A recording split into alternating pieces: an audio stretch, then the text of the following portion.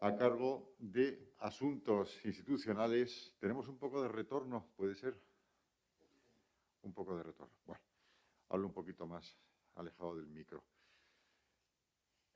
Os decía que me encargo en la Fundación Lumbini Garden de asuntos institucionales y religiosos. Y entonces, en esta cuarta mesa de la jornada, vamos a hablar fundamentalmente de paz y de la contribución que a la paz puede suponer la construcción del Centro Lumbini Garden en Cáceres. Presento a la mesa, a mi izquierda, Lama Dondrup, monje budista de la tradición vajrayana tibetana, con un centro en Barcelona llamado Sangha Activa. A continuación, Lama Trinlé, también de la tradición vajrayana, tiene su centro en Valencia. Y a continuación, Ron Eichhorn, que es el presidente de la Unión Budista Europea. Él viene de Viena. Y su práctica religiosa budista es la práctica Mahayana, que es la práctica, si todos sabéis, de China, Vietnam, Japón, Corea, en aquella zona, el Extremo Oriente. En mi caso, mi tradición de práctica budista es la tradición Theravada, que es la tradición del sudeste asiático. Son distintas prácticas, no sé hasta qué punto están ustedes al corriente de las tradiciones budistas, cómo se han desarrollado en Asia. El budismo que surge en la región norte de la India, sur de Nepal, antiguo reino de Magadha, se fue extendiendo a lo largo de toda Asia en distintos periodos históricos y a la vez que se extendía iba asumiendo pues, las costumbres, la cultura, iba asumiendo características diferentes en la práctica acorde a la idiosincrasia de cada uno de los pueblos. En este sentido, con el paso de los siglos, con la conformación y el asentamiento del budismo en distintos países de Asia, surgieron, también por debates internos, evidentemente, lo que hoy conocemos las tres grandes tradiciones del budismo: el Theravada, de sudeste asiático, el Mahayana, China, Vietnam, Corea, Japón, y el Vajrayana en el Tíbet, fundamentalmente. También Mongolia y también Nepal en el norte y también Bután.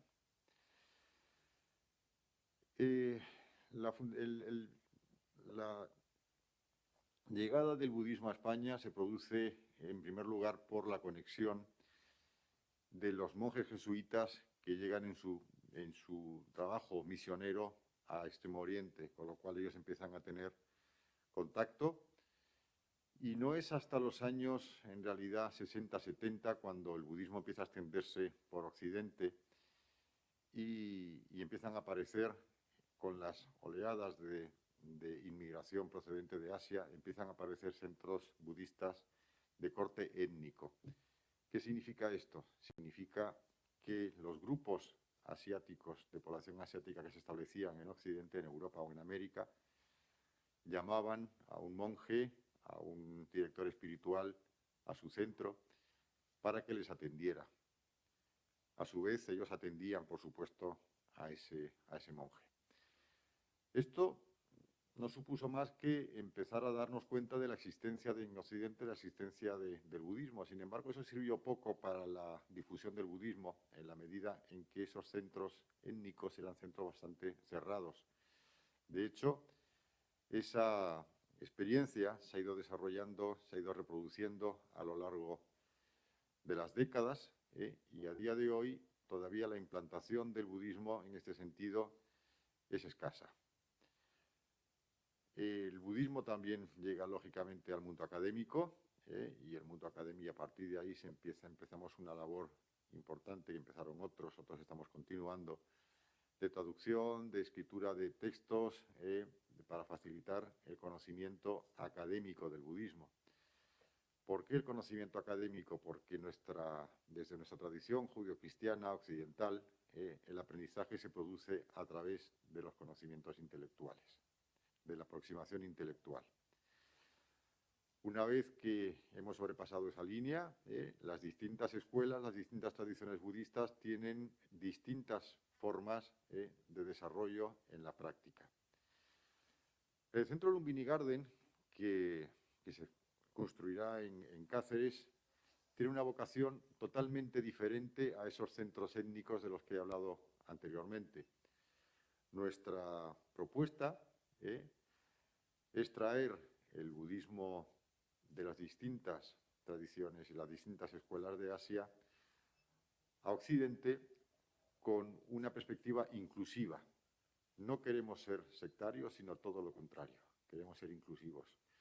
Queremos ofrecer una perspectiva amplia de lo que es el budismo, con todo lo que ello significa, mostrar las distintas perspectivas que del budismo existen en distintas escuelas y tradiciones y dejar que las personas mismas sean las que deciden cuál es la práctica que mejor les va, cuál es la práctica con la que se sienten más identificados, cuál es la práctica, en definitiva, que quieren seguir. Hay que decir que la filosofía, el Dhamma, en definitiva, la enseñanza del Buda, es en un altísimo porcentaje, casi un 97-98%, si pudiéramos cuantificarlo, es común a las cuatro tradiciones, aquí, a las tres tradiciones, perdón, aquí representadas. Lo que varía es la forma de práctica, lo que varía es el ritual, lo que varía es, al fin y al cabo, las connotaciones culturales que ha ido asumiendo el budismo a lo largo de su historia y en su desarrollo.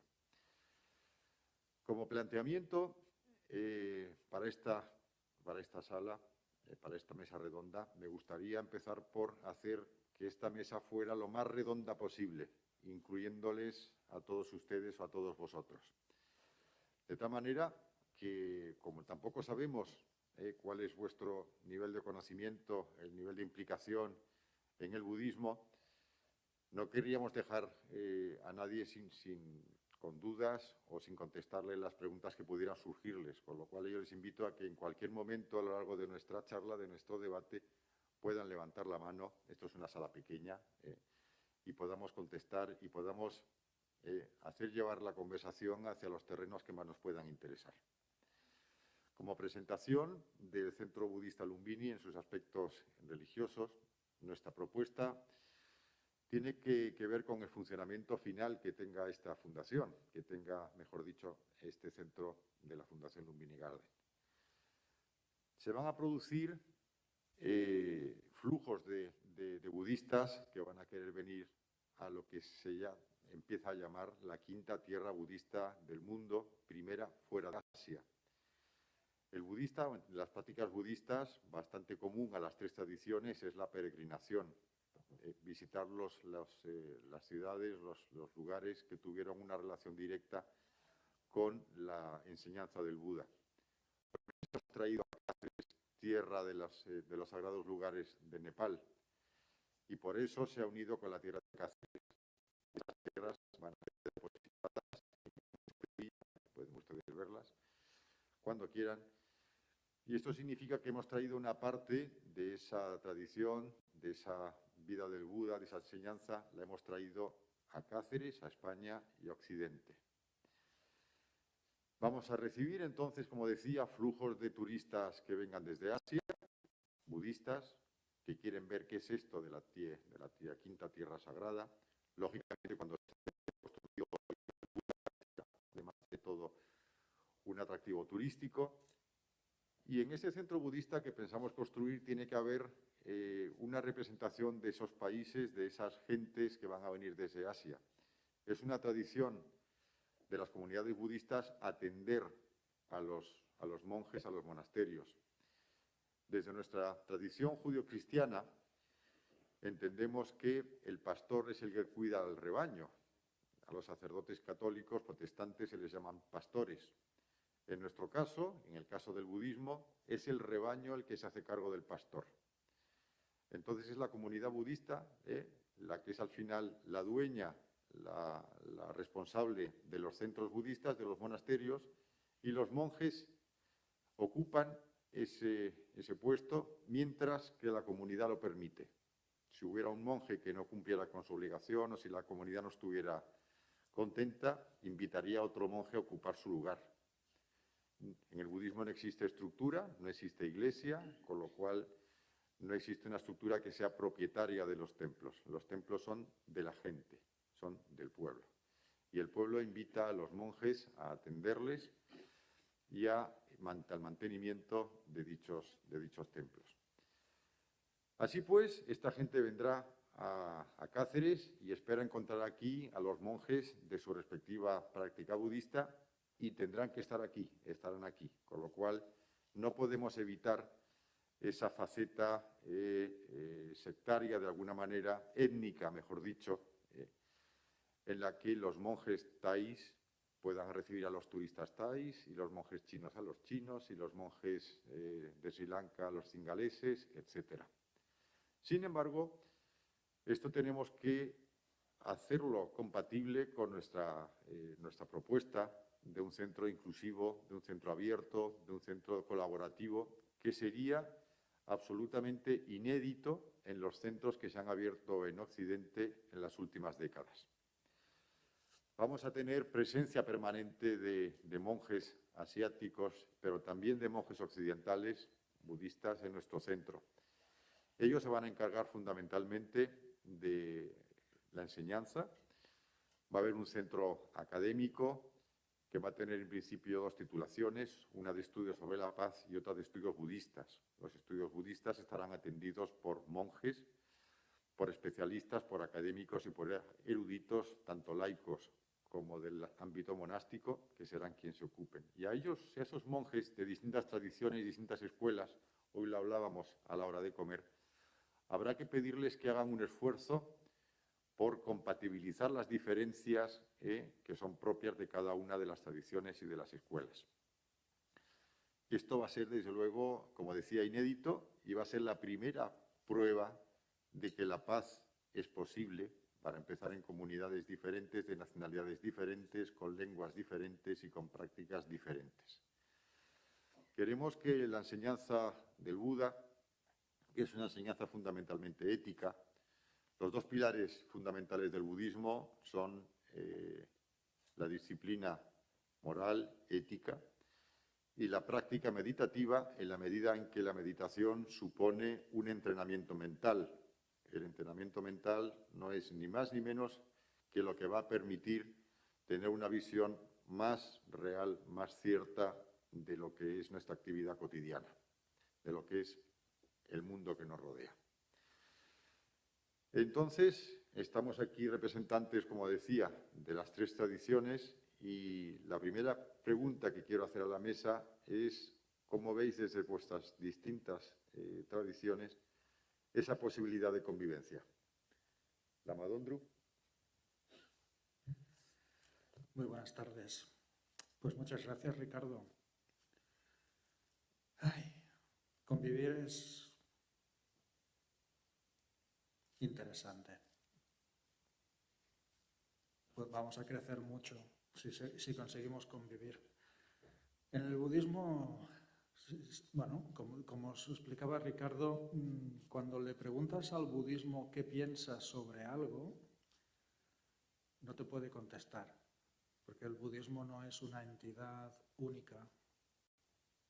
Cada budista piensa desde su propia visión y nos unimos en tradiciones, pero que sepáis que las propias tradiciones al mismo tiempo también tienen sus propios linajes, así que las tradiciones tampoco contestan a las preguntas con mucha claridad. Para mí la convivencia es el espacio de práctica del Dharma. Podemos estudiar Dharma, como comentaba Ricardo, en la universidad, si queréis. Podemos leer textos budistas, podemos recibir las enseñanzas de voz de maestros o de amigos espirituales, pero estudiar no necesariamente es practicar. El Dharma está especialmente diseñado para transformar nuestra mente. La mente es el filtro por el cual pasa la realidad. Así que según está tu mente, así percibes la realidad. Si quieres ser feliz, Tienes que aprender cómo funciona tu mente, cómo organizar tu mente, cómo esta mente te hace ver las cosas de una forma, no te permite verlas de otra.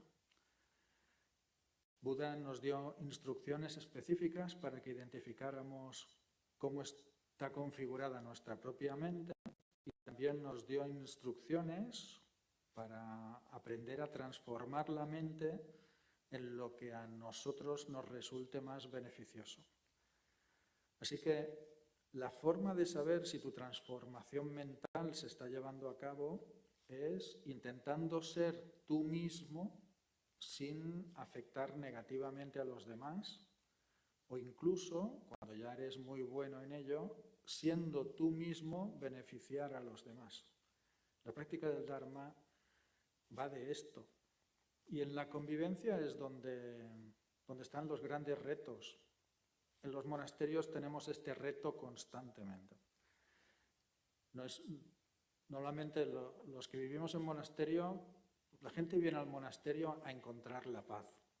Nosotros salimos del monasterio para encontrar la paz. Nos vamos a otro monasterio. La convivencia es compleja, porque cuando tú hablas con alguien sobre cualquier tema, en realidad estás compartiendo tu historia con ese alguien.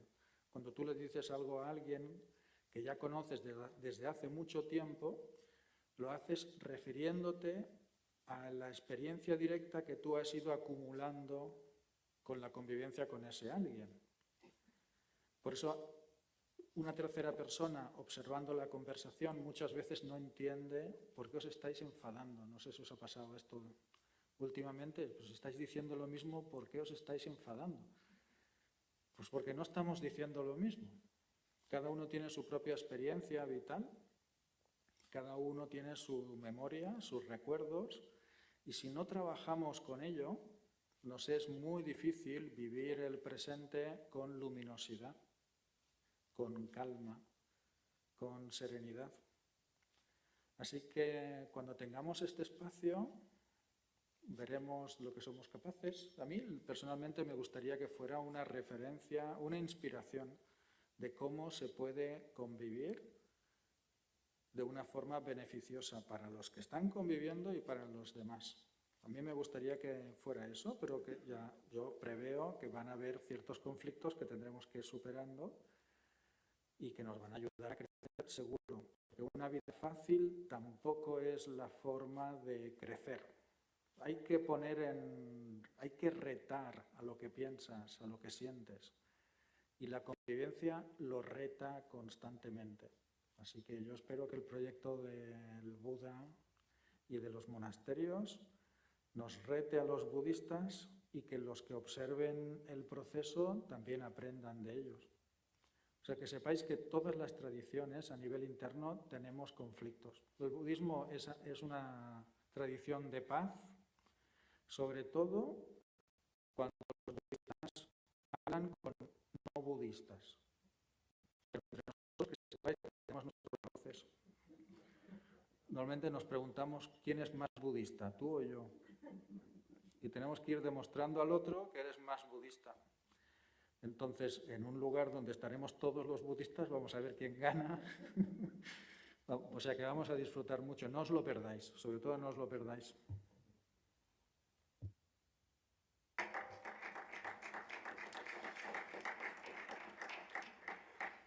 Matilde, como os decía, tiene su centro de trabajo en Valencia y él supongo yo que tiene una experiencia también a este respecto de lo que es la convivencia. Y en este caso te voy a preguntar, Lama, por la convivencia entre los que estáis en el centro budista, los que se acercan por curiosidad y los que van a aprender porque están en búsqueda. Buenas tardes a todos. Gracias, Ricardo. Gracias a la Fundación también por organizar estos eventos y permitir compartir con todas estas personas. Antes mencionabas una pregunta sobre las dificultades de la convivencia en el ámbito de los que estamos más implicados en estas cuestiones espirituales. Por una parte tenemos el estudio y por otra parte la práctica, que son como las dos alas que nos permiten elevar el vuelo. Pero a veces cuando hablamos de práctica podemos tener la tentación de pensar en llevar a cabo alguna actividad más o menos ritualizada, más o menos establecida, y entonces podemos pensar que estamos practicando. A mí me gusta pensar que cuando hablamos de practicar, hablamos de llevar a la práctica, que es un poco distinto. Llevar a lo cotidiano, a la vida, a nuestro día a día. Y si pensamos que los que van a habitar ahí son personas avezadas, que tienen experiencia, deberían estar cualificados para llevar a la práctica esa armonía de la que hablamos. Coincido con Amadendru que efectivamente no todo el monte es orégano y, como dicen los cristianos, ¿no?, si te unes a 100 santos en una sala durante mucho tiempo acabarán discutiendo, ¿no? Bueno, ¿qué le vamos a hacer? El conflicto también. En cuanto a mi experiencia, el linaje Champacayun no es un linaje institucionalizado, no es de centros. Tenemos un centro de retiros que está en el Pirineo, pero luego nuestras actividades se llevan a cabo al margen de instituciones y de locales propios. En este sentido nos ahorramos bastante conflicto, quizás sea por eso. En todo caso, deciros que del conflicto también se puede crecer. Yo me quedaría con esa visión positiva de las dificultades, del sufrimiento, del conflicto. Es desagradable, sin duda, pero implica, conlleva, vehicula una oportunidad, siempre. Al menos la de aprender la lección que siempre aporta cualquier dificultad. Y ese es nuestro reto, darle la vuelta a la tortilla y ver el aspecto positivo que nos puede permitir crecer en la adversidad. En cuanto al tema de la paz, y no me alargo mucho, me parece maravillosa la propuesta de la Fundación Lumbini. Creo que es importante señalarlo ahora que estamos en los albores. Realmente eso está naciendo, está brotando ahora mismo. Y creo que no somos conscientes de cuál es el alcance real que puede llegar a abarcar este proyecto, ¿no? Cuando antes hemos escuchado a las autoridades que nos han hablado, a mí me ha inspirado mucho ver cómo, más allá del aspecto meramente espiritual o religioso, era una perspectiva, una visión tan amplia, tan universal, cultural, educativa, incluso con aspectos medioambientales. La paz no es la ausencia de guerra. Esto se dice mucho, pero ya va siendo hora de que empecemos a ponerlo en práctica, ¿no? Y si la paz empieza conmigo mismo, debería empezar a trabajármelo.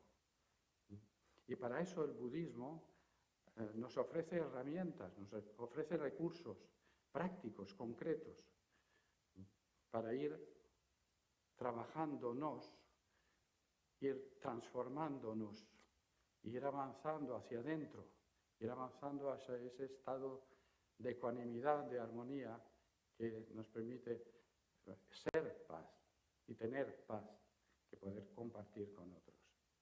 Muchas gracias.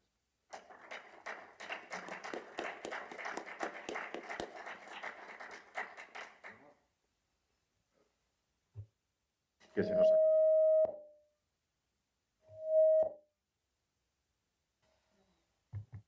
A ver, ahora.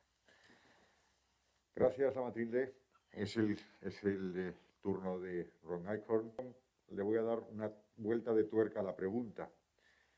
Él es el presidente, como os contaba, de la Unión Budista Europea desde hace más de 3 años. Fue reelegido en la última asamblea que tuvimos. Y Ron no solo tiene que lidiar con las 3 tradiciones y con las distintas escuelas que forman cada una de las tradiciones, sino que además tiene que lidiar con las distintas nacionalidades y con los distintos idiomas que formamos parte de la Unión Budista Europea. Entonces, como budista y también como representante del budismo mahayana, Ron, ¿nos das tu perspectiva sobre el trabajo con los conflictos, el armonizar y la paz definitiva de los distintos grupos?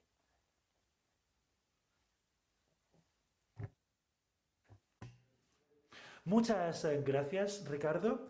Gracias por invitarme. Es un placer y un honor.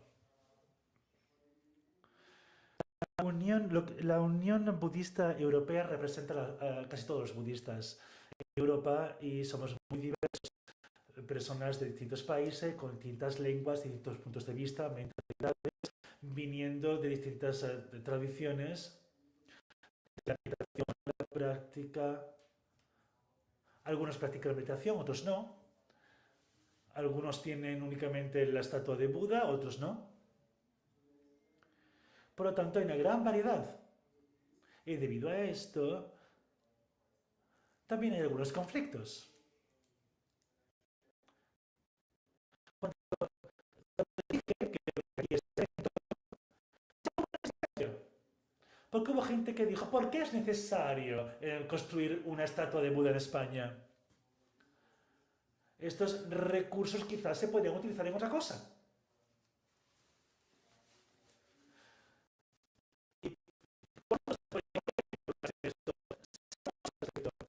Es importante entender los puntos de vista de todo el mundo. Y considero que entender los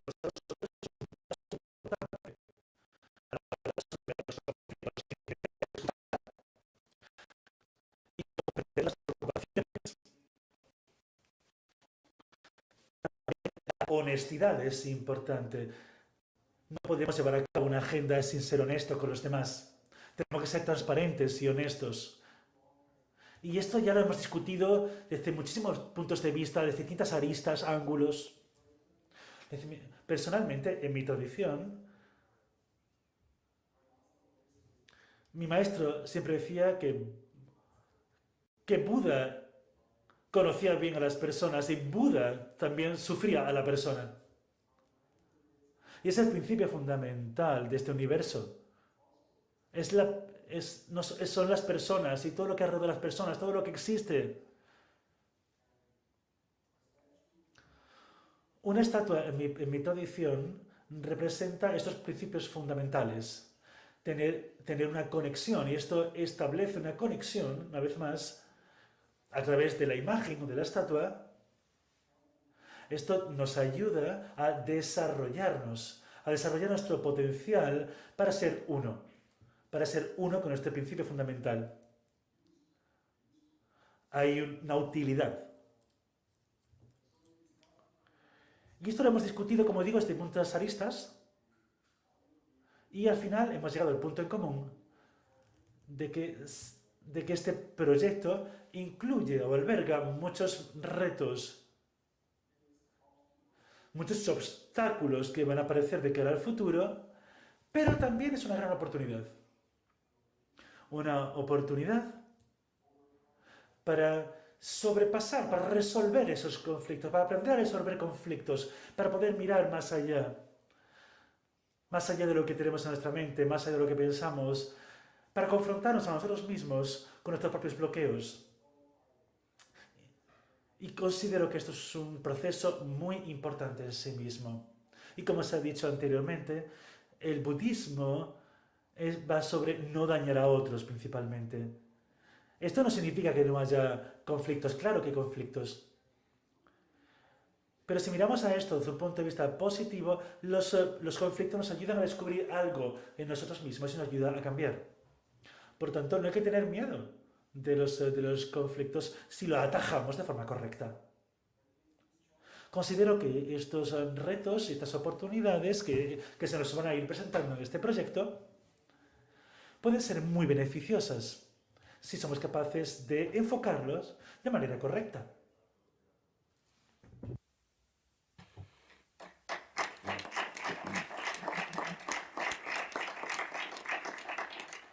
Gracias, Ron. Todos creo que hemos estado abajo en la primera sesión de conferencia y hemos oído efectivamente que todos los ponentes coincidían en hablar de la guerra como algo absolutamente indeseable y en la persecución de la paz. Esto nos lleva, yo no sé en qué medida conocéis el budismo, conocéis los fundamentos del budismo en la sala. En cualquier caso, el diagnóstico que se estaba planteando abajo tiene que ver con lo que llamamos en el budismo la primera noble verdad del budismo. Se llama noble porque se comparte a nivel universal. Y la primera noble verdad del budismo es que la vida es sufrimiento. Muchos críticos de esta primera verdad han sacado la conclusión rápida e inmediata de que el budismo es una filosofía o una religión, esto también tendremos que ponernos de acuerdo, pesimista. No lo es en absoluto. Porque la segunda noble verdad del budismo es que existen causas para ese sufrimiento. La tercera da un paso más allá y nos da la esperanza, ya para empezar, de que esas causas pueden cesar y en la medida en que cesan esas causas se acabaría el sufrimiento. Y la cuarta noble verdad es las herramientas que nos proporciona el Buda, la guía que nos proporciona el Buda y que nos asegura que con esa guía acabaríamos con el sufrimiento. El budismo es una enseñanza de desarrollo personal, fundamentalmente. No es una filosofía social, como podría ser, por ejemplo, el marxismo, que habla de la sociedad y que impone un modelo de sociedad que permearía finalmente en el individuo. El camino desde el punto de vista budista es justo el contrario. El cambio social se produce a través del cambio personal. Entonces, oyendo abajo a los ponentes, nos dábamos cuenta de que en su análisis, Manuela Carmena, por ejemplo, decía, es que nos tiene que llegar al corazón. Y los que estamos en el budismo sabemos que el corazón es un músculo. Tenemos que hablar de la mente, porque todo está en la mente. El desarrollo de la mente, para eso está la práctica de la meditación, y como apuntaba Lama Dondruba hace un momento, nos permite conocer el funcionamiento de nuestra mente y reconocer cada uno de los procesos que se producen en cada momento. El conocerlos supondría al final poder manejarlos, poder controlarlos. Y al final conseguiríamos que la mente no fuera por libre y no fuera por libre en base a hábitos, a costumbres, a lo que se lleva, a lo que está bien, a lo que creemos o a lo que creemos que está bien o a lo que nos dicen que está bien, sino que conseguiríamos domesticarla. Cuando se produce un conflicto, fundamentalmente se produce porque la mente va sola, el caballo se desboca. Todos tenemos la experiencia de enfadarnos, de decir lo que no queremos decir, de acabar haciendo lo que no queremos hacer, de acabar hiriendo a quien no queríamos herir, porque simplemente nos hemos enfadado. ¿Qué pasaría si tuviéramos el control mental como para poder reconocer que ante el enfado pudiéramos decir, estoy enfadándome, esto es enfado y no lo voy a consentir? Evitaríamos tener que decir lo que no queremos, tener que hacer lo que hacemos y tener que enfadarnos o tener que herir a quien no queríamos herir. Esa es la herramienta. Este es un ejemplo de la herramienta, de las herramientas que, como decía Lama Trinley, el Buda nos dejó en su enseñanza. Y eso es lo que queremos traer al centro de Cáceres. Queremos, en principio, la figura del Buda es una figura de homenaje y queremos que sea un polo magnético, queremos que sea un faro de luz y que lo que venga la gente a encontrar en el Buda de Cáceres sean estas pequeñas dosis, o grandes, depende de su interés, de esta herramienta que nos cedió el Buda y que ahora mis compañeros van a desarrollar. Rama. ¿Qué quieres que desarrolle? El siguiente paso. La cesación del sufrimiento.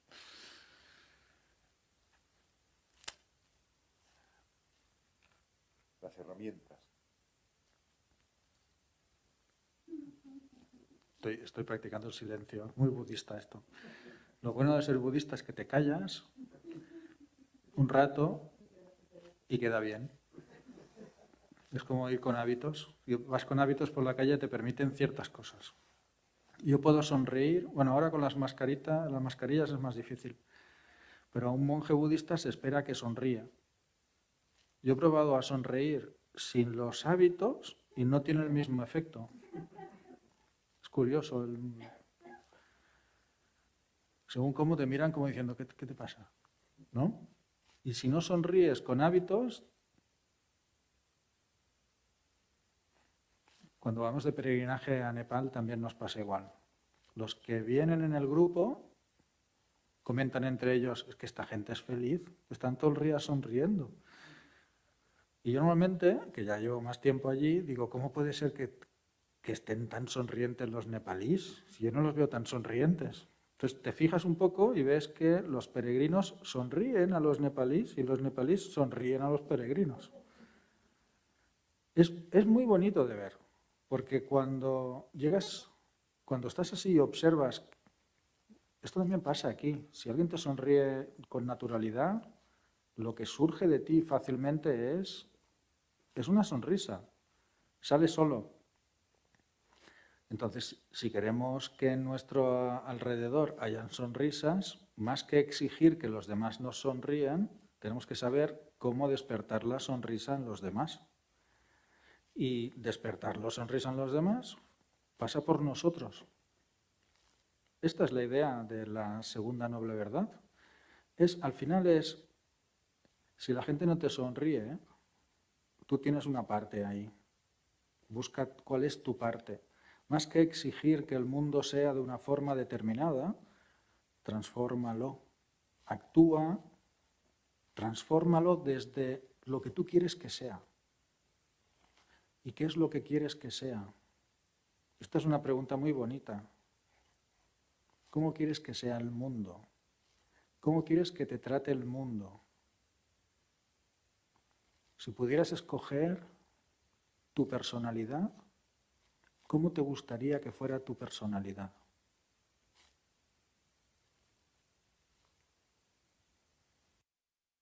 El silencio sirve para esto. Hay que dar un poco de espacio.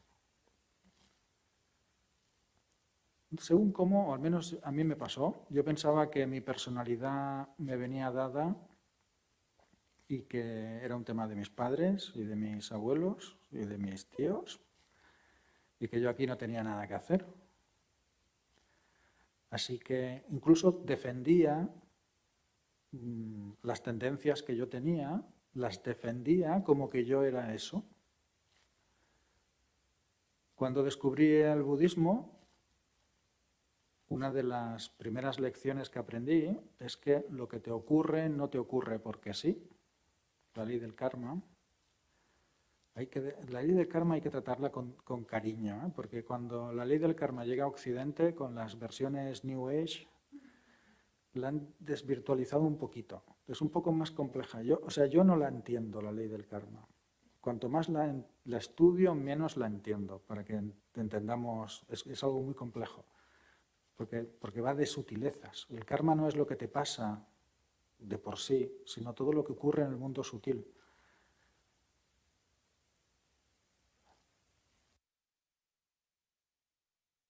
Se te oye cuando has pensado en voz alta.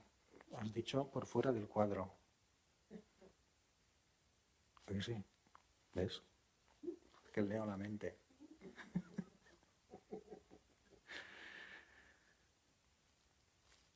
Tiene que ver con saber qué es lo que quieres, tener herramientas para conseguirlo y poner y cambiarlo.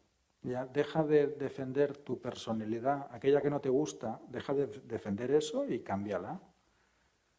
Cuesta un poquito, hay partes de la personalidad que cuesta más, pero sobre todo, cuanto menos te apegas, te aferras a la idea de que lo que tú eres es tu personalidad, cuanto menos tienes eso, más fácil es hacer cambios.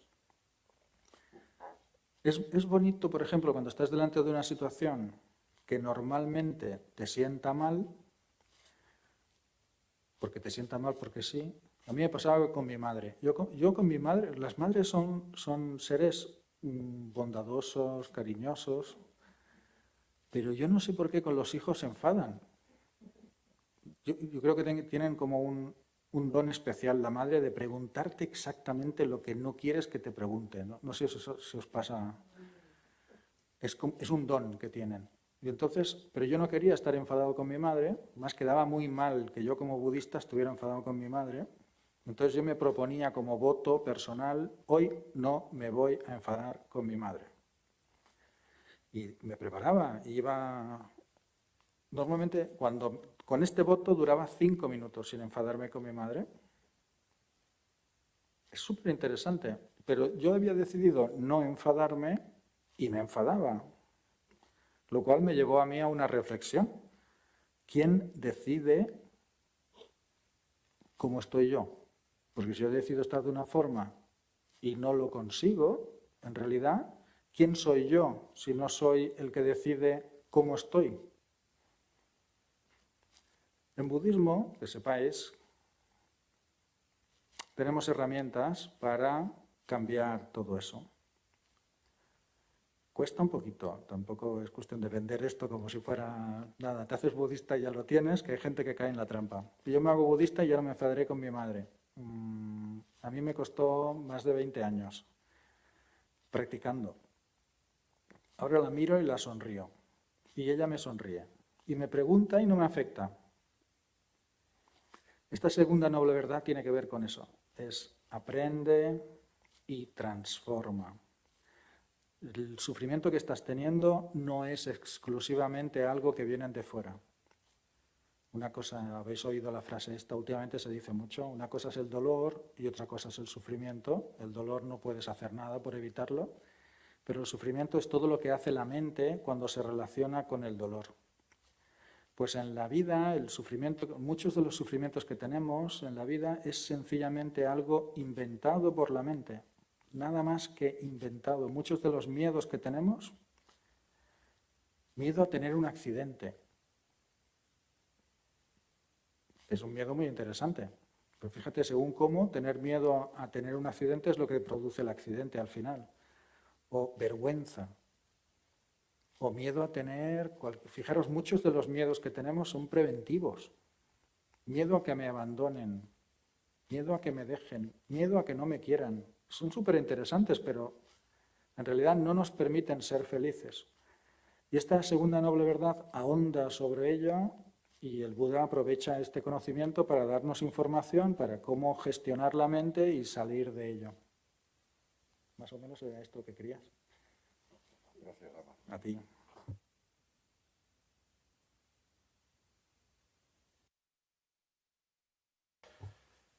En el budismo, los maestros nos han enseñado que, y de hecho es una realidad porque en el budismo no existe la misión, tal y como la entendemos en el cristianismo, por ejemplo.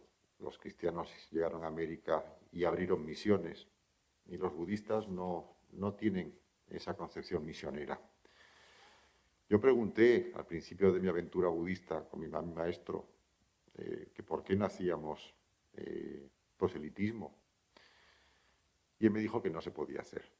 En fin, que simplemente porque tú podías intentar transmitir un conocimiento budista, pero si el receptor no estaba sintonizando contigo, no ibas a conseguir nada. Lama Dondrup acaba de mencionar que en un momento dado él se paró a pensar ¿por qué me enfado con mi madre si no me quiero enfadar con ella? Eso es una pregunta que puede que uno no se haga nunca. Entonces, si uno nunca se la hace, nunca va a estar en la frecuencia de quien le puede responder esa pregunta. Los que nos hemos encontrado con el budismo a lo largo de nuestra vida, de repente nos hemos dado cuenta que nos ha servido, que hemos evolucionado, que hemos crecido o que nos está ayudando a crecer y a evolucionar. Y en la medida en que uno se da cuenta de que hay una mejoría, inmediatamente lo que le viene al pensamiento es: esto tengo que compartirlo. Y tengo que compartirlo con alguien, porque si a mí me sirve, yo entiendo que a los demás también les puede servir. Y poniéndose uno en los zapatos del otro, piensa que sería un acto, pues, realmente generoso, pero no por ello, sino que simplemente como resultado de compartirlo. No se puede hacer proselitismo. El Buda decía: ven y mira.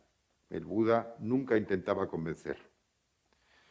¿Qué nos ocurre a nosotros que hemos aprendido el budismo por unas razones u otras, por viajes a Asia, por encuentros con asiáticos, por por libros que han caído en nuestras manos y que nos han llamado la atención? Pues que en Occidente, si no vamos allí, no podemos ver. Con lo cual, el ven y mira tenemos que facilitarlo de alguna manera. Esta es, en concreto, la finalidad del centro Lumbini Garden, del proyecto Gran Buda que queremos traer a Cáceres. Sabemos que el pensamiento budista es un pensamiento de paz y es un pensamiento que además permite el autoconocimiento y permite el crecimiento personal.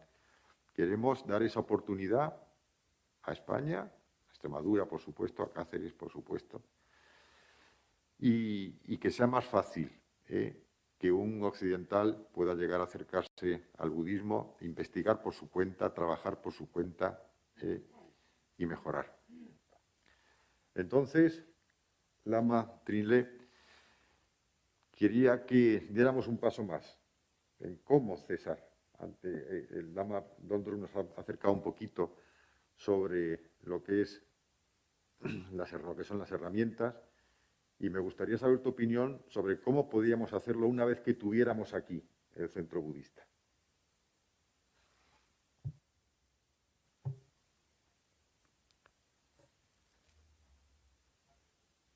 Voy a hacer una pausa de silencio también.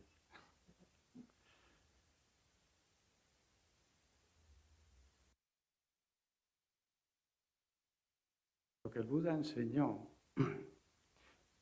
es a transformarnos, a trabajarnos, independientemente de las circunstancias exteriores, relativamente con cierta independencia, pero fundamentalmente la llave de nuestra liberación está en nosotros mismos. Y eso es muy esperanzador.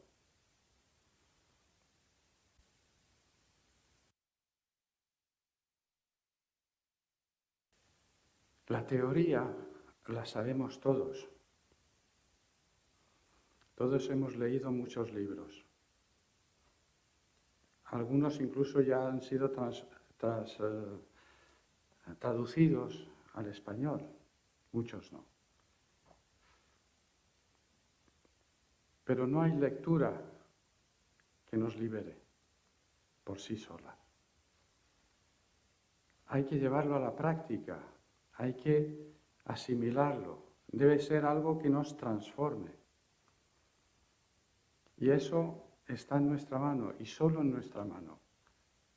Si uno no hace ese trabajo de autotransformación, de autoliberación, nadie lo va a hacer por nosotros. La Fundación Lumbini Garden nos va a facilitar, tal como se plantea, el acceso a esa sabiduría milenaria y también a las herramientas para poder hacer ese trabajo de autoliberación. Y eso es maravilloso. Pero si no lo usamos en nosotros mismos, si no hacemos ese trabajo interior, de poco nos va a servir la información. A veces al Buda se le ha llamado el gran doctor. Y en este sentido podemos comparar el Dharma con una medicina. Uno puede leerse el prospecto y conocer de memoria todos los usos posibles de una medicina. Y es genial. Pero si no te la tomas, no te va a curar. Es así de sencillo. Te has de tomar la medicación. Has de hacer ese trabajo personal, interior, de autotransformación, de autoliberación, usar las herramientas. El budismo no es un camino de creencia, es un camino de experiencia. Y la experiencia se adquiere trabajándonos. Y para eso estamos quienes hemos decidido brindar nuestra vida al servicio del Dharma, para facilitar el acceso, para acompañar, quizás, pero poco más. En vuestra mano y solo en nuestra mano individualmente está la respuesta, la solución a nuestras dificultades. La liberación del sufrimiento se alcanza con esfuerzo, con trabajo, con disciplina. Pero es perfectamente posible. Tenemos casos concretos, ejemplos hoy día que nos ilustran que efectivamente hay seres en la actualidad, no hace 2600 años, que han hecho ese trabajo de autoliberación y que están en un punto de evolución espiritual que hasta cierto punto están más allá del sufrimiento. Yo invitaría a que aprovechéis esas circunstancias, esas facilidades que la Fundación va a traer a Cáceres y en general a España. Y sobre todo que os impliquéis, que os trabajéis. No basta con el conocimiento, que es importante. Hay que hacer ese trabajo de autotransformación, de autoliberación. Está en nuestra mano y eso es una gran esperanza.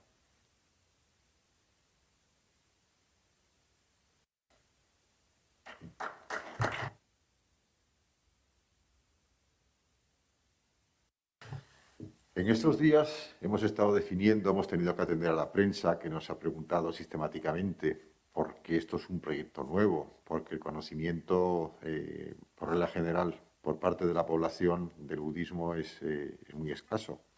Hemos estado aclarando conceptos, luego los ves publicados en el periódico y te echas las manos a la cabeza. Dices, por favor, ¿pero qué han entendido? Esto no es lo que yo he dicho. Bueno.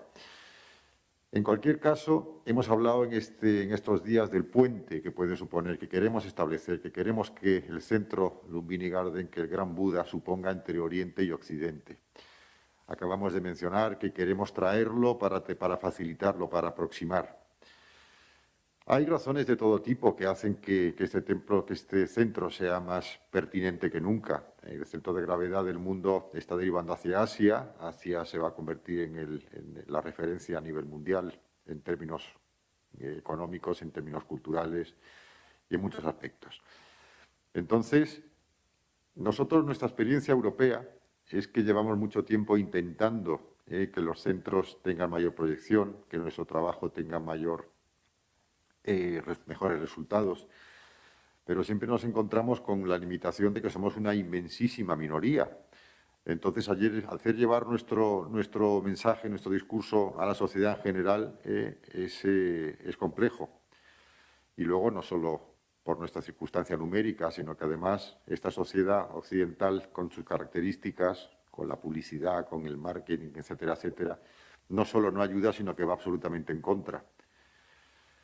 Cuando una persona entiende que la felicidad está en uno mismo y no está en los objetos, y luego se sienta a ver el telediario y después del telediario tiene 20 minutos de publicidad diciéndole que no, que la felicidad está en el coche y está en este nuevo electrodoméstico y que ha llegado a la primavera al Corte Inglés, entonces se hace muy difícil que este mensaje acabe calando.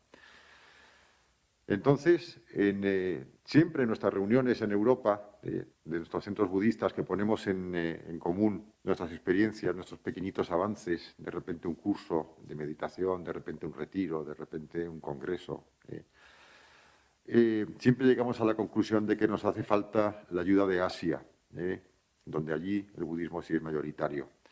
Nos hace falta el apoyo, nos hace falta maestros. Los laicos, realmente nos pasa que cuando hablamos con otros laicos no se nos otorga una calidad per se. A un monje, un hábito el hábito no hace al monje, es evidente, pero un monje con hábito impone. Entonces, muchas veces hemos dicho que necesitamos que vengan monjes de Asia. Es muy difícil que un occidental se levante una mañana diciendo tengo vocación de monje budista, si no ha tenido nunca un modelo al que seguir. Entonces, se nos plantea esta posibilidad de tender este puente entre Oriente y Occidente y empezar a recibir influencias, ayuda o por lo menos compañerismo por parte de Asia. Y esa es la pregunta que quería hacerte, Ron.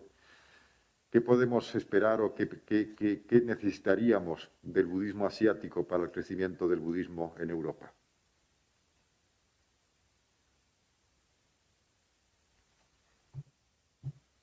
I think it's important. Considero que es importante entender que si vemos el budismo desde fuera, la gente dice que el budismo es una religión, otros dicen que es una filosofía. Considero, mirándolo desde dentro, es un método. Es muy práctico. Y algo más que podemos decir es que es asiático. Es cierto que Buda nació en Asia y que allí pues, se esparció este método y ha ido llegando a otros países y ha ido evolucionando. ¿Por qué? Tiene una vocación universal. No diría global, es universal. Hay algunos elementos asiáticos que vienen con el budismo debido a su desarrollo histórico. Hay siempre una intención de ganar con los elementos interculturales. Es algo que intentamos encontrar en Europa. ¿Cuáles son los elementos? ¿Cuáles son los aspectos que de verdad hay que proteger, que serían esenciales y que se pudieran potenciar en Europa? ¿Cuáles se pueden desarrollar dada la idiosincrasia europea? Dada la cultura europea, dadas las condiciones culturales.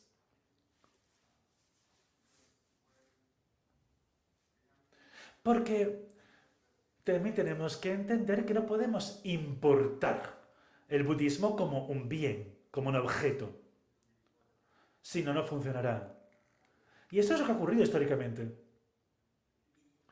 Cuando las enseñanzas de Buda, Dharma, se esparció por India, en muchas zonas se transformó. Y siempre ha habido un cambio también en las mentes de las personas. Pero el problema está en que el Dharma, estas enseñanzas, no se puede expresar con palabras. Van relacionadas con comportamientos, con forma de vestirse, con forma, incluso de peinarse. Si nos pegamos a esto, a la parte estética, quedaremos muy fuera de la esencia. Por lo tanto, habría que mirar en Europa dónde están estos elementos que pudiéramos anclar. Tenemos que desarrollar esto, ver qué es lo que sería de verdad útil como herramienta que se podría introducir en la cultura o que sería parte de la propia cultura. Y para responder a la pregunta,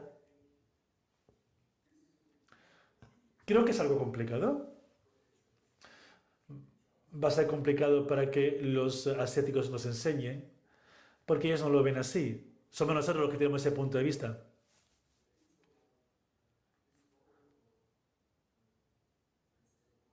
pero hay un crecimiento histórico de las enseñanzas, con mucha riqueza, con mucho conocimiento, mucho entendimiento,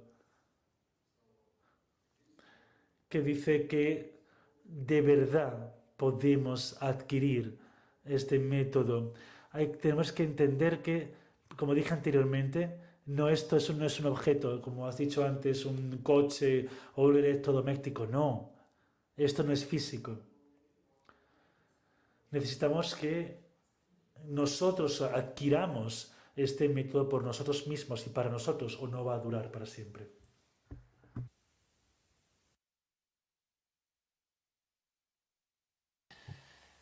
Gracias, Ron. Nos quedan poco más de 5 minutos para terminar nuestra sesión. Entonces, quería daros la palabra a todos para hacer una última reflexión y luego pues ponernos a vuestra disposición por si queréis hacer alguna pregunta en referencia al proyecto, en referencia al budismo, en referencia a nuestra práctica o lo que creáis. Damadon, ¿algo que añadir? Yo prefiero preguntas. Preguntas. ¿Tenemos preguntas? ¿Tenemos alguna pregunta? Adelante.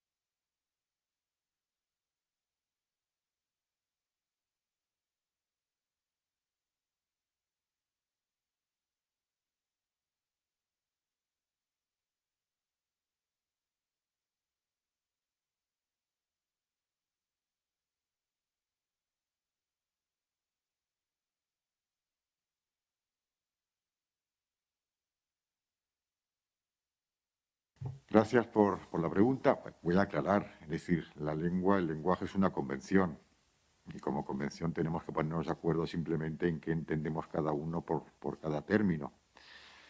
Cuando yo me refiero al corazón, evidentemente todos sabemos, y más siendo españoles, qué significa hacer algo con el corazón o que algo le llegue a uno al corazón. Simplemente yo me estoy refiriendo a lo que sería estrictamente lo que entendemos por corazón, que es la parte afectiva, ni más ni menos que de nuestra mente. No es que el corazón efectivamente es un músculo, el corazón no siente, lo que siente es la mente. Entonces es la parte afectiva de nuestro pensamiento, de nuestras sensaciones, percepciones, etcétera, etcétera, lo que al final toma forma en lo que al final nos referimos como hecho con el corazón, como dicho con el corazón. Todo el mundo entiende que nada se dice con el corazón, se dice con el aparato fónico, pero sale del corazón y yo entiendo lo que tú quieres decir. Es una convención del lenguaje, nada más.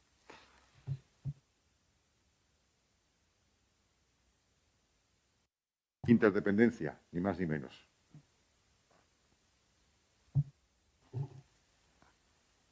Sí, contestando, ya que me ha citado. Sí, es verdad que se puede inferir individualismo, ¿no? Cuando se habla de que uno ha de liberarse. Y puede parecer que hay cierta contradicción en relación a la interdependencia, a la coemergencia, todo ese tipo de conceptos tan budistas, ¿no? Pero el propio Buda ya nos dijo que él no podía hacer el trabajo por nosotros. Es una responsabilidad individual de cada uno de nosotros. Eso no quiere decir que tengamos que reforzar el ego, sino todo lo contrario. Si buscamos la liberación del sufrimiento, es a través de la superación de nuestra tendencia egocéntrica. Y parte de la superación de esa fijación egocéntrica que tenemos es comprender que esa individualidad, realmente no es más que una manera que tenemos de ver las cosas, pero no corresponde con la naturaleza profunda de las cosas. Pero eso, dicho así, de poco sirve. Al final tienes que ir a experimentarlo por ti mismo. Y hablar de interdependencia o de convergencia está muy bien, pero luego actuamos desde la individualidad, desde el individualismo, desde el egoísmo, el egocentrismo. Aunque sabemos la idea, la noción de interdependencia, pero no la tenemos asimilada. No, realmente no es parte, no es todavía parte de nuestro ser. Y ese proceso de asimilación, ese pasar del dicho al hecho, ese es el camino budista, ese es el camino de la liberación. Es pasar del dicho al hecho. Y eso se logra trabajándonos a nosotros mismos, aplicando esas herramientas que el Buda nos dejó en nosotros mismos. Y una vez que tú ya hayas avanzado un poquito en ese camino, tendrás algo bueno que poder compartir con otros. Y en esa medida eso será beneficioso también para los demás. Es un trabajo individual de entrada, pero al final el sentido de ese trabajo individual es que irradie y beneficie a todos. No hay un sentido de egocentrismo en la idea de tengo que trabajarme de entrada, sino precisamente tengo que tener algo bueno que compartir y eso lo tengo que lograr con mi propio esfuerzo. Cuando tenga eso, podré compartirlo. Y no necesariamente con las palabras, no necesariamente dando discursos, sino a través del ejemplo, de tu obra.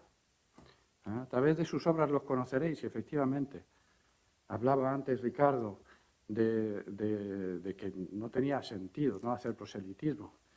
La única manera de hablar del budismo es expresarlo por tu ser, por tu ejemplo, no con las palabras, sino con tus obras, que se vea qué es un budista.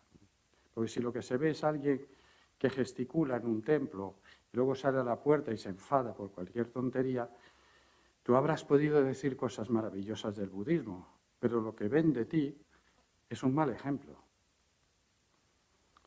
Con el ejemplo sobre el que debemos realmente hacer ese no proselitismo, sino divulgación de cuáles son los auténticos beneficios de recorrer ese camino que el Buda nos enseñó. No sé si contesto a tu pregunta. Gracias. Añadir simplemente que el Buda a este respecto dice claramente... Un momentito, simplemente. Que el Buda dice, además taxativamente, cuídate a ti mismo si quieres cuidar a los demás. Es decir, que es muy difícil que si tú no te encuentras en una buena situación, puedas estar en situación de poder ayudar al otro. Tenemos una pregunta, el caballero al fondo. Bueno, a ver si es necesario o no. Bueno, mi desconocimiento del budismo es pues el que llega de voz. No tengo palabras. Primero, darle las gracias por su asistencia y la oportunidad que nos dan para aprender y enseñar también en las dos vertientes. Bueno, una pregunta. Cuando hay unas relaciones entre personas o entre grupo y otra persona, para mí es muy complejo quizás plantearle esta pregunta, esta duda. Es si uno de nosotros, cualquiera, en una exposición de intereses, sabemos que hay intereses entre un grupo o una persona y otra persona, cómo esa palabra que tenemos en la sociedad, entre los amigos, entre la enseñanza, la hipocresía. No sé cómo, yo le haría la pregunta a estos dos señores y sus compañeros de porque cómo se llaman cada grupo, cada escuela, ¿no? ¿Puede ser? Sí. Bueno, pues se lo pregunto a los tres, a ver quién me puede responder y me gustaría, para esos matices que nos hacen más ricos y quizás con más receptivo a la hora de aprender, es que cada uno me respondiera desde su punto de vista. Es cómo, yo esperando una respuesta de una persona, vamos a ir de persona a persona, está diciendo una cosa que realmente tú sabes que no es verdad, ¿no? ¿Cómo se puede eso significar en la enseñanza de Buda, de todos esos años que llevan estas personas estudiando y llegando a una conclusión a cabo de los años, ¿no? Pues eso es, ¿vale? ¿Me han entendido o no? No sé si he podido expresar cuál es mi duda. ¿Sí? No quiero cansarla. Yo he entendido algo, no sé si es lo que... Bueno, como en una relación de personas, una sabe que no puede decir la verdad por unos intereses ya determinados y está exponiendo otra, y tú sabes cómo es posible. Y yo, por lo menos, sufro.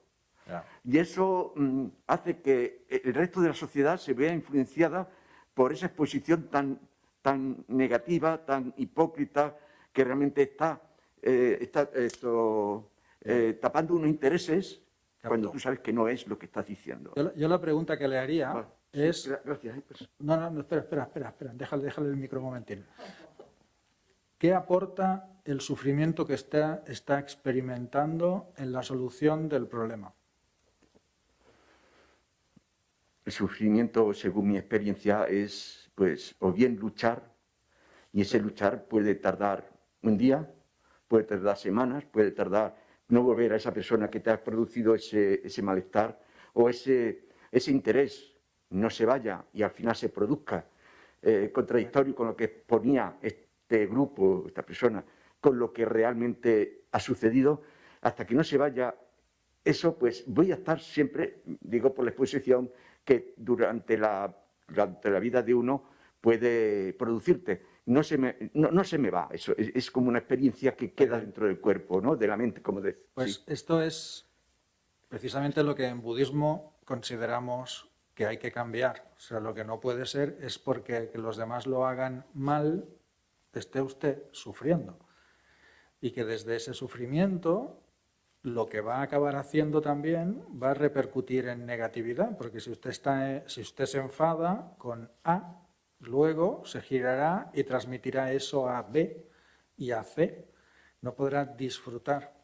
Entonces hay que aprender cómo funciona la mente y ver estrategias para que eso no ocurra con tanta contundencia. Es un tema de entrenamiento. Entonces, por ejemplo, en budismo una de las cosas que nosotros reflexionamos es sobre qué es la verdad. Y ahí pasamos temporadas, viendo que al final la verdad es muy relativa.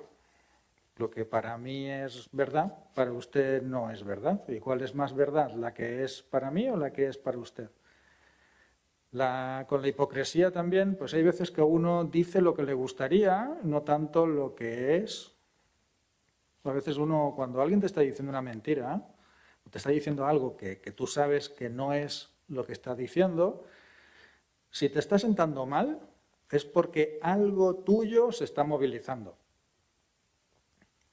Yo intento, cuando algo no me suena verídico, le hago preguntas a esa persona para ver si es que yo lo estoy entendiendo mal. Porque a lo mejor, es que, de verdad, no sé si os pasa, a mí me pasa. Yo intento decir algo, hace un rato lo decía Ricardo, hablas con los periodistas, le dices una cosa y después te dicen, tú lo que has dicho es esto, ¿no? Y tú lo ves ahí el titular y dices, pues yo no he dicho esto, o al menos a mí me parece que no lo he dicho. Una cosa es lo que tú dices y otra cosa es la que entiende el que te está escuchando. Entonces, ¿es verdad una cosa? ¿No es verdad? Yo hace poco tuve una conversación con mi hermana de algo que, según yo, había pasado hace 40 años y ella me dice que no pasó. Y ella estaba en la escena.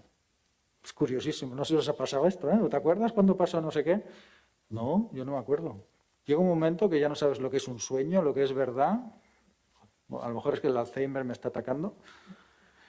Entonces, en la medida que yo voy reflexionando sobre qué es verdad y qué no es verdad, luego cuando me encuentro con alguien que defiende su punto de vista, lo relativizo mucho más, me afecta menos. Cuando me tomo las cosas menos personalmente, puedo gestionar mejor lo que está ocurriendo. Y esto depende de mí, no depende de la otra persona. La otra persona hace lo que puede, ¿eh? Cada uno intenta ser feliz de la forma que puede, que sabe. Y aquí es donde uno tiene que tomar el control de sí mismo. Entonces, ¿qué puedo hacer delante de alguien que está intentando aprovecharse de los demás? Bueno, primero me va a sentar un poco mal, es verdad. Parece que diga esto y después que las cosas no me afecten. A mí me afectan. Hay veces que yo me enfado. Llevo 38 años meditando y todavía me enfado. Entonces estoy delante de la situación y respiro e intento aprender de lo que está pasando. Intento aprender de mí y me pregunto, ¿qué puedo hacer para mejorar esta situación? Cuando tú eres capaz de ponerte en la acción para mejorar, el sufrimiento que estás experimentando se va a reducir. Porque mucho del sufrimiento que experimentamos es sencillamente que tienes energía para solucionar, pero no sabes cómo aplicarla. Te quedas con la energía y no solucionas. ¿No? Tiene que ver con cómo funciona el estrés. Este sufrimiento es un sufrimiento de estrés. Entonces respira primero, no te pongas mal. Luego ve qué es lo que tú puedes hacer para mejorar la situación. Y a veces puedes hacer poco, también que lo sepáis, ¿eh? No... Hay veces que yo he estado en situaciones donde yo sabía la verdad, pero si yo decía la verdad era peor que la mentira que se estaba diciendo. Y entonces hay momentos donde parece que el mundo quiere ser engañado. ¿Y quién soy yo para...? No sé, llega un momento que es como, caramba, qué difícil que es esto, ¿eh? Es que convivir es complejo, ¿no? Uniéndolo con la pregunta de Ricardo, es difícil. Pues si tú piensas eso, al final es, oye, pues si tú piensas eso, pues vale, pues piensas eso.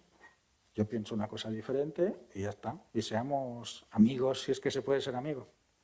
No sé si le ha servido la respuesta. Vamos a continuar una pregunta más. Le decía a su compañero si...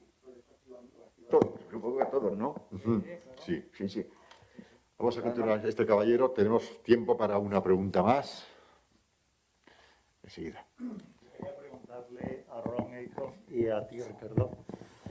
Está claro que la llegada del budismo a Occidente va a suponer una mezcla con nuestra cultura.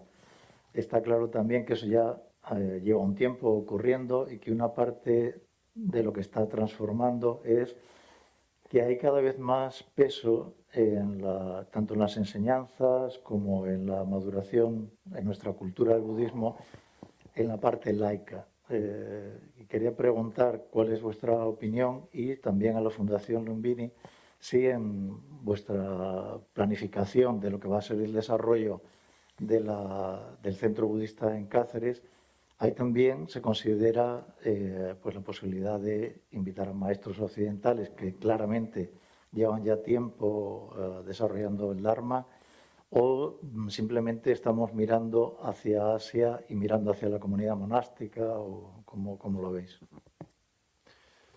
Gracias por la pregunta. No, en principio, empezando por la última pregunta, lo podrá luego completar. Al hilo de lo que ha dicho antes Ron, efectivamente el budismo no es asiático, el budismo es universal. El Dharma es una ley, una enseñanza aplicable absolutamente a todo el mundo, en todas condiciones, a todas las edades, de todas las culturas, de todos los países. Entonces, no, desde luego en el planteamiento que estamos haciendo de momento para el funcionamiento del centro Lumbini Garden, contaremos, por supuesto, con maestros budistas occidentales, europeos, norteamericanos, que los hay muchos y buenos, y hay muchísimo ya desarrollado a este respecto en muchos ámbitos. Luego, respecto al peso de los laicos, vamos a empezar por decir que el budismo, haciendo un poquito de historia, a medida que se desarrolló en su extensión hacia Asia, fue tomando aspectos diferentes que tenían que ver con la cultura local, con lo cual los hábitos, la diferencia de los hábitos, en concreto tiene que ver con las tradiciones locales. Es decir, no pueden ser los hábitos iguales en el Himalaya a 5.000 metros de altura que en Sri Lanka a nivel del mar. Lógicamente los hábitos están adaptados a esas necesidades, con lo cual también la forma de interpretar el Dhamma o Dharma, depende si se dice en pali o en sánscrito, tiene que ver con la forma de entender la vida, con las condiciones de vida de los distintos lugares. El Dhamma, la enseñanza, el budismo, cuando llega a Occidente, también tiene que adaptarse. Se produjo una adaptación durante muchos siglos, aquello luego se detuvo, ha sido muy posteriormente cuando ha llegado a Europa, y en Europa se está adaptando, lógicamente. No podemos decidir cuál va a ser la adaptación que va a tomar el budismo de ahora en adelante en Europa, pero sí que es cierto que se están produciendo cambios, inevitablemente porque se tiene que adaptar el budismo a nuestra manera de entender el mundo, o a nuestras condiciones, o a nuestra herencia, o a nuestra historia. En este sentido, la labor de los laicos es también muy importante. En Asia, por ejemplo, quienes son garantes, por ejemplo, en el budismo Theravada, en mi tradición, quien se considera garante de la pureza, de preservar el Dhamma, son los laicos. Son los laicos los que al final juzgan si el monje está haciendo bien su trabajo o no. Y entonces son, en concreto, los laicos los que al final son responsables de la mayor o menor evolución del budismo, en la medida que ellos consideran si los monjes están haciendo bien o no su trabajo. Esto es, no podemos separar una parte de otra. La parte monástica y la parte laica en el budismo son igualmente importantes. Como decíamos antes, no existe una estructura eclesiástica, una iglesia budista, de tal manera que el desarrollo del Dhamma lo hacemos entre los dos estamentos, el laico y el monástico. Si queréis añadir alguna cosa más a este respecto. Ron. Yes, I think Estoy seguro de que en el futuro habrá algo llamado budismo español. Y a lo mejor en el budismo español existe el budismo catalán y el budismo extremeño. Pero antes de que eso ocurra, tenemos que ser habilidosos. Porque este budismo secular, laico, no es siempre igual. Tiene que ver con los lugares. Lo que yo entiendo por el budismo laico